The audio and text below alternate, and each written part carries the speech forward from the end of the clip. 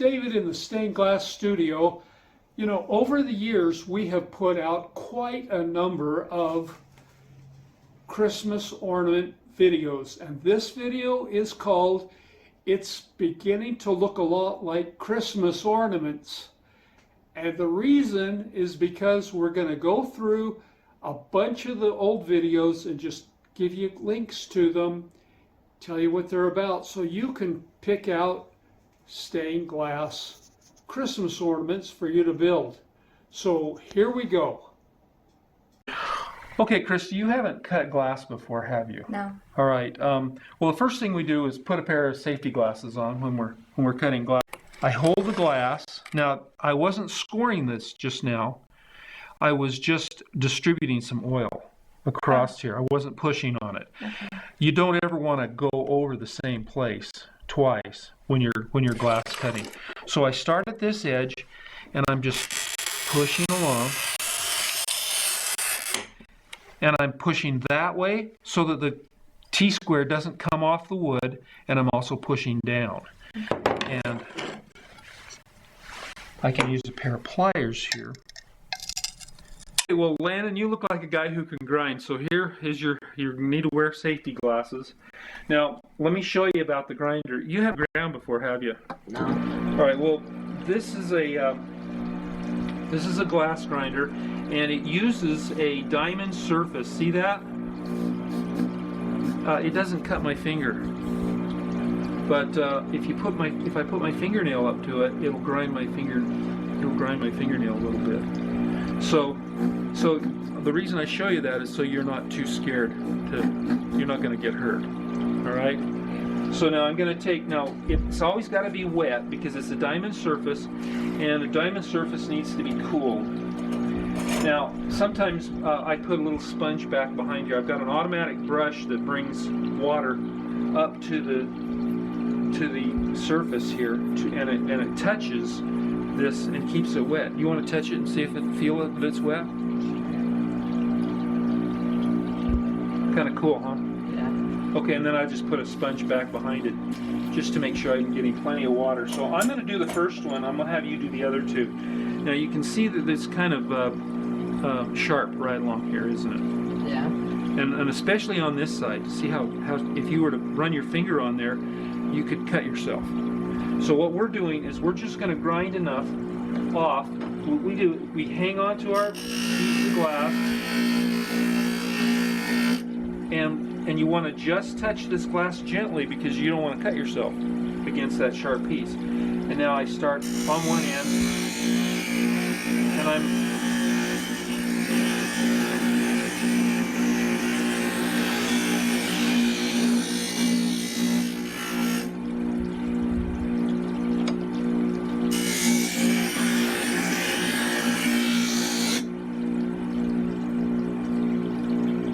what do you think, Landon? Does that look like it's less sharp? Yeah. Okay, now this part is pretty fun. Now, Allie, how good are you at bending wire? So let me see. Poke that wire. See if you can bend it. Oh yeah, you're good. All right.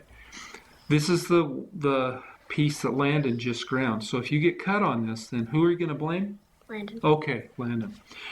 All right. Now, what we're going to do is start here at the bottom, and what I like to do is wrap. I'm going to wrap right around, see that? Mm-hmm. And then I come over the bottom like that, and I take this piece and I bend it back. So it's like it's almost like a knot, okay? Okay, now the next thing is not very hard. What you want to do is you're going to slowly wrap it around like this wire has been wrapped around this one, okay? Okay. Except there's one other thing you're going to do. You have to take some of these beads and put them on the wire so that as you wrap it around, there's a couple of beads here and a couple of beads here, and as many in whatever pattern you want, so that when they're done, they'll look pretty. Okay. Did you get that, Sam? Mm-hmm. Okay. Here's some beads. We have these are little glass beads here. And these are also glass beads. So let's see you string one. Come on, Sam. You can do this one. Okay. Now look, Landon didn't grind this one, so it's sharp. We better put it on one that he did, huh? Okay. I don't know, it's a pretty long wire. Hope we don't run out. All right. Okay, let's go on to the next project then. All right, Sam, I've got a little ornament here, a little Suncatcher, and I've got some green glass. So what do you think we're going to do next? Make the ornament? Yeah, we're going to do a Christmas tree. But we don't have a pattern. I have a pattern, and by the way, there'll be a video, with a video there'll be a PDF that you can print out. We'll have a pattern, but I thought I'd show you how to do this one when you don't have a pattern. So what we do is we put our Christmas tree right up here, and then I'm going to set my T-square cutter so that it's the same length as the Christmas tree is tall, okay? Okay. All right, now I'm just going to do the cut of the strip of glass, okay? And now, did you see your mom do these? All right, just crunch on there. Okay. Woohoo! That was good.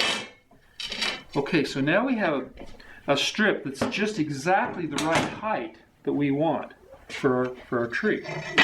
All right, so what we can do now is we can mark this.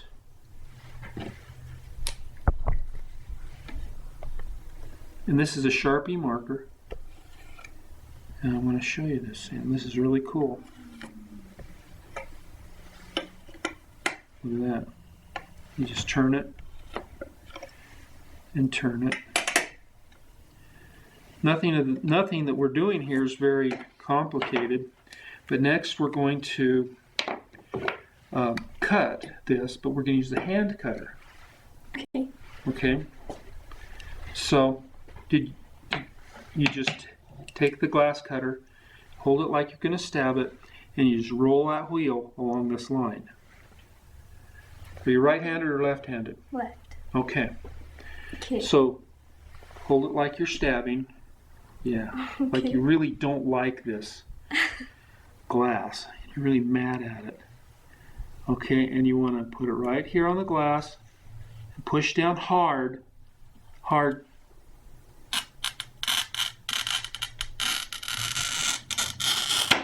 Okay, that was good. Did it feel good? I don't know. Alright, now on this, see how it came off the line? So what I'm going to do is I'm going to steer this over. See, so I came over and it's off the line there. Now, on this time, I want you to take the glass like this with each thumb like that, and I want you to rock your hands apart. Okay. So, have your fingers together. There you go. And just, wow. All right, now we need to put copper foil on each of the pieces of glass. And that's what we're going to do. Now, watch what I'm doing here. I'm going to put it on. I put it on the glass. It's sticky. It's a tape, but it doesn't stick that good. And so what I do is I put it on the surface of the tape, and I try to get it right in the middle. See that? Mm-hmm. See, I'm just putting it right there. Now when I get to the end, I like to push it along with my finger, but I do that really cautiously because sometimes there might be a jagged piece of glass and you could cut yourself. Now after I do that one time where I push it up against the glass, then I take my two fingertips and I go like this and I push it up. See that? So, mm-hmm. So it goes all the way around. Now I just continue along and see, I kind of look on either side to make sure the same amount is there. And I don't know, Sam, you'll switch hands because you're left-handed. All right, now on this, we're going to, on soldering any of these Suncatcher type pieces, the first thing we do is tin each of the pieces. And that makes them go together a lot quicker.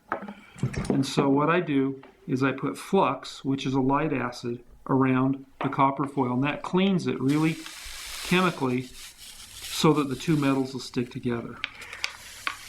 And then I just run a bead of solder, and you see how I'm running using both the soldering iron and the solder to